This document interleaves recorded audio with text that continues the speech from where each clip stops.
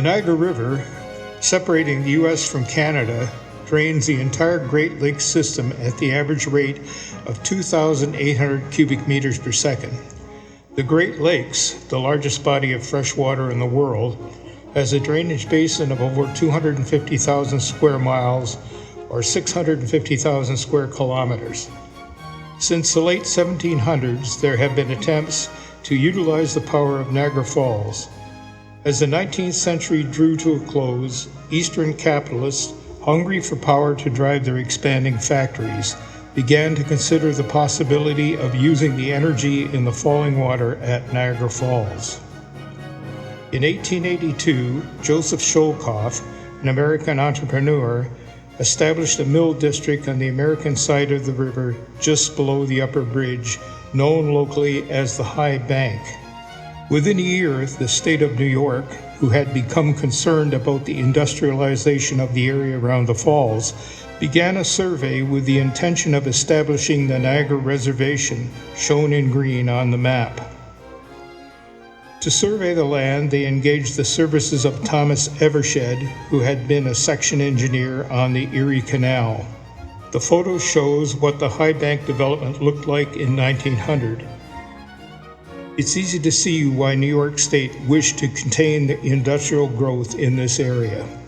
In 1886, the Niagara River Hydraulic Tunnel, Power and Sewer Company, the Tunnel Company, was incorporated to develop the power of Niagara for local manufacturing purposes. This company, after a number of changes, would become the Niagara Falls Power Company. In 1895, they built the largest hydroelectric generating station in the world in Niagara Falls, New York. Within 10 years, they opened a station on the Canadian side of the river, the Canadian Niagara Power Company.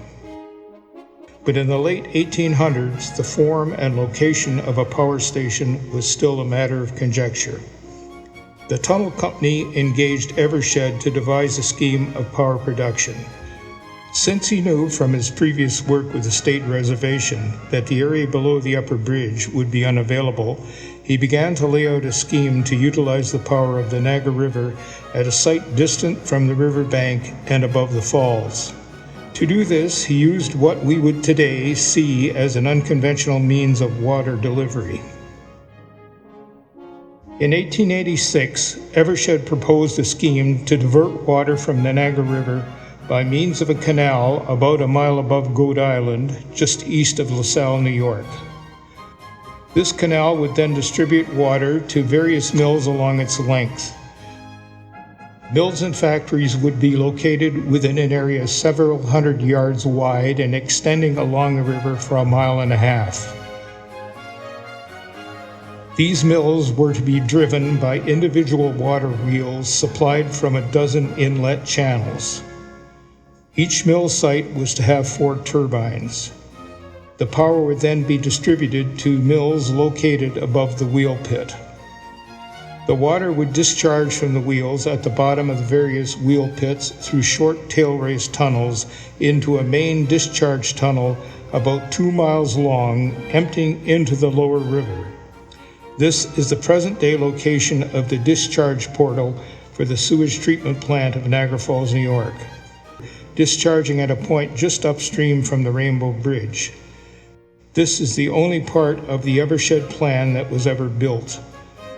Due primarily to the immense cost of excavating the bedrock, in an attempt to economize by concentrating the power production, the scheme was modified several times.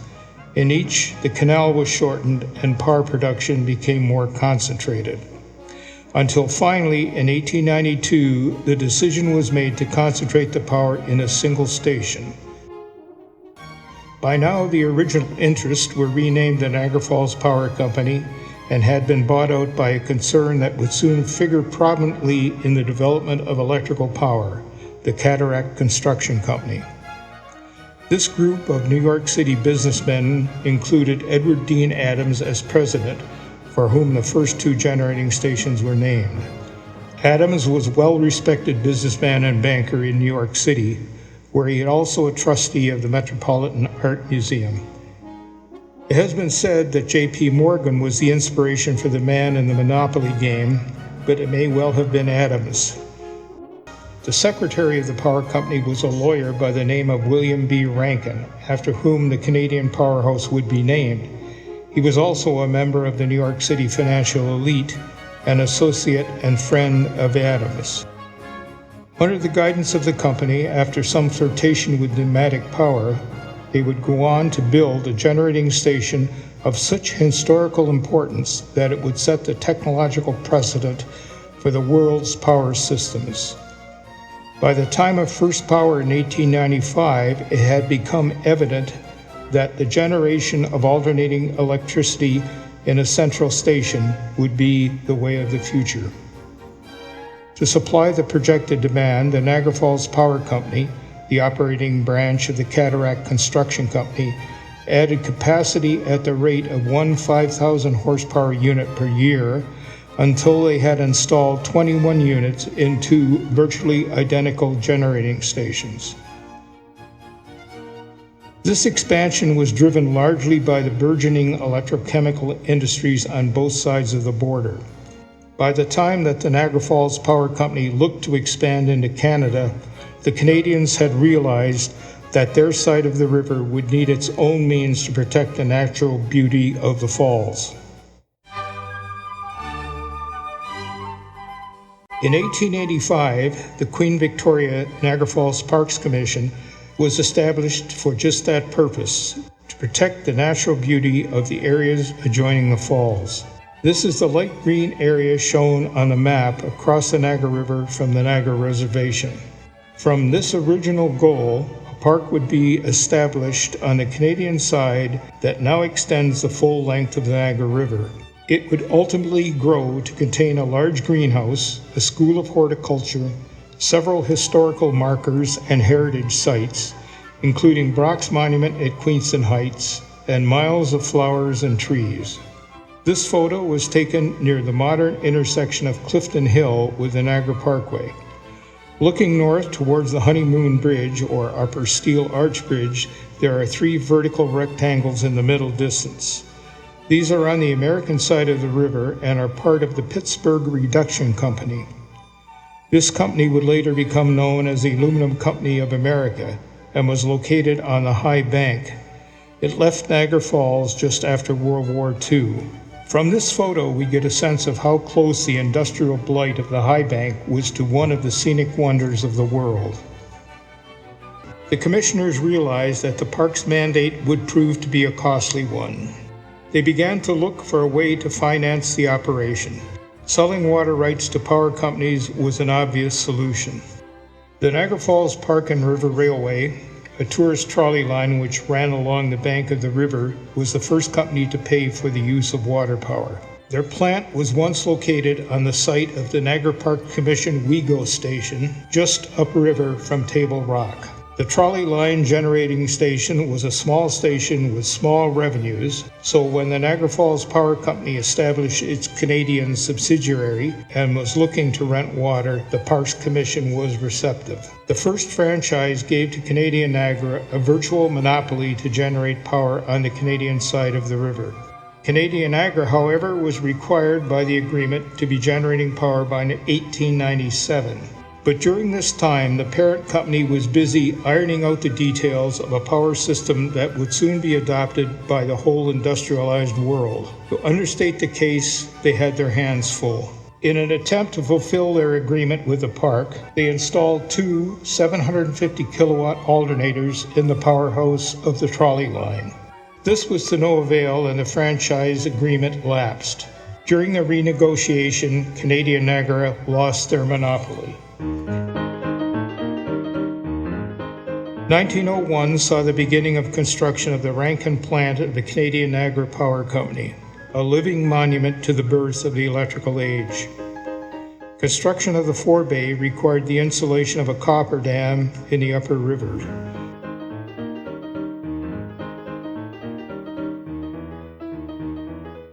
Once installed, the area in which the forebay was to be constructed could be pumped out.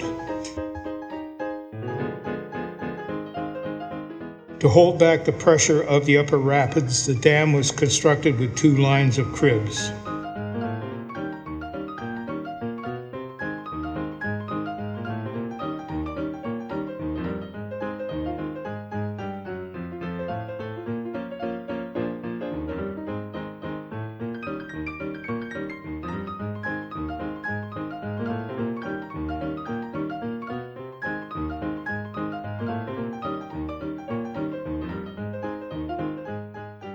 An outer and inner crib were floated into place.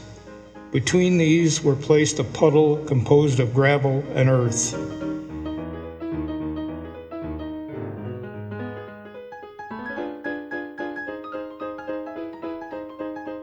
Each crib was tied together. Tongue and groove sheeting provided a barrier to the Niagara River.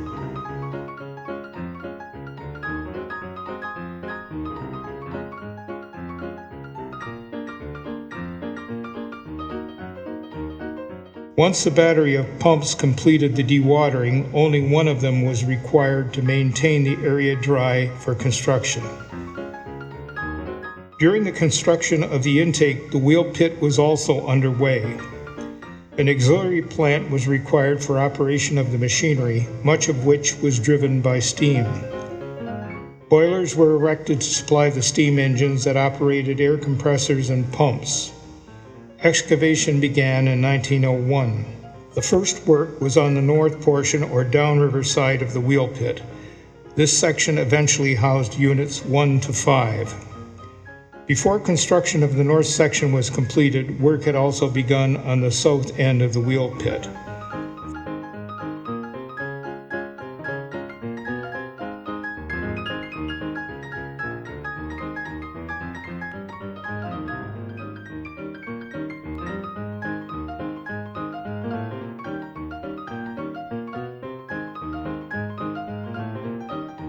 Thousands of cubic meters of rubble were removed from the excavation.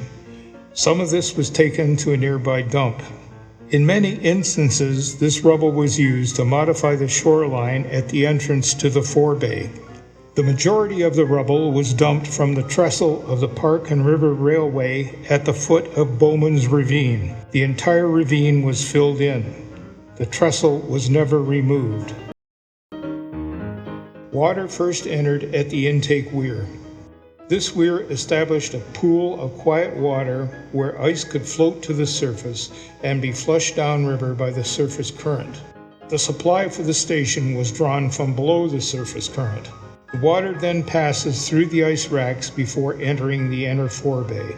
In the inner forebay, the water slows to a velocity of approximately 6 feet per second. Any debris that was entrained in the entering water will float to the surface and be held back by the submerged arches. However, over the years, the water level in the Niagara River has dropped somewhat, leaving the tops of the arches exposed much of the time. The general operating philosophy involved having a plant draft taken from deep water free of ice. A cross current at the surface was set up to move the ice back to the river through the ice run. With the ice boom in the river at the exit from Lake Erie, ice is no longer a major problem. In the early days, however, the conditions were dramatically different. Ice clogged the plant intake during much of the winter months. Drastic measures were needed, even to the point of providing a small, electrically operated boat that plied the water of the outer forebay for the sole purpose of removing ice. In some cases, the ice overwhelmed even the little boat. The Rankine station, like the Adams plants before it, is a deep wheel pit generating station. It has many features in common with its former American cousins. Water enters the inner forebay. Any ice or river debris that made it past the arches is held back by the trash racks, an arrangement of closely spaced vertical bars.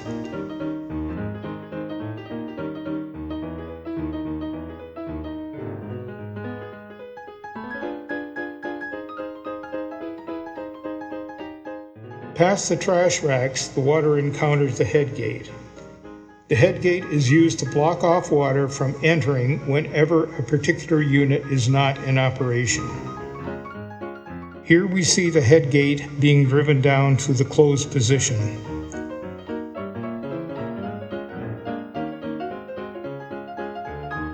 Once past the head gate, the water enters the penstock, breaches the wheel pit wall, and at the elbow is turned down into the wheel pit.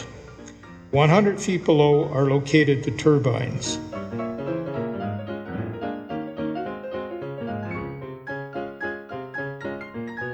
In the hydraulic turbine, power in the flowing water is converted into mechanical power in the turbine's rotating shaft. The flow of water entering from the lower penstock elbow is split in the wheel case. Half goes to the upper and half to the lower wheel. The wheel or runner is that part of the turbine that develops power from the flowing water. In its travels through the wheel, the water loses most of its momentum and in doing so imparts this momentum to the wheel and then in turn to the generator. After leaving the wheel, water enters the draft tube and is discharged into the tail race. The original plant design called for all 11 turbines to be similar to the first 5, but units 6 to 11 were installed during World War I and the early 1920s.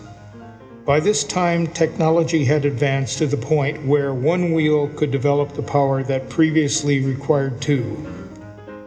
Water leaves the tail race and flows into a tunnel that discharges just downstream from the Horseshoe Falls. The 100-foot-long drive shaft must be kept rigid between the turbine and generator.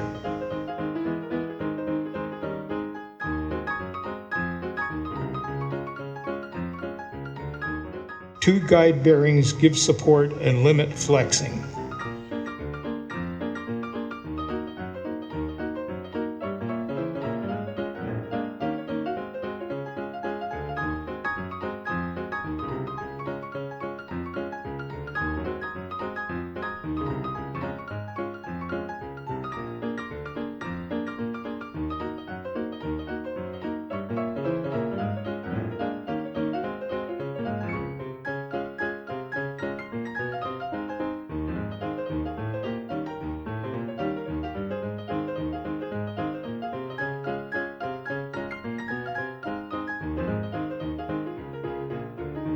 When a unit is required to stop, an air-operated brake is provided to slow the rotation and then prevent any rotation that might result from water leakage through the closed head gates.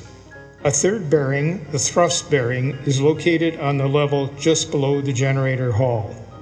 At the uppermost level is located the alternator. It is this generator for which the rest of the plant exists. The alternating current generator converts the mechanical power of the turbine into electrical power. Electrical power that can be transmitted hundreds of miles and then reconverted into whatever form, mechanical, chemical, or electrical, that may be required. Here we see the stator or armature windings of the generator.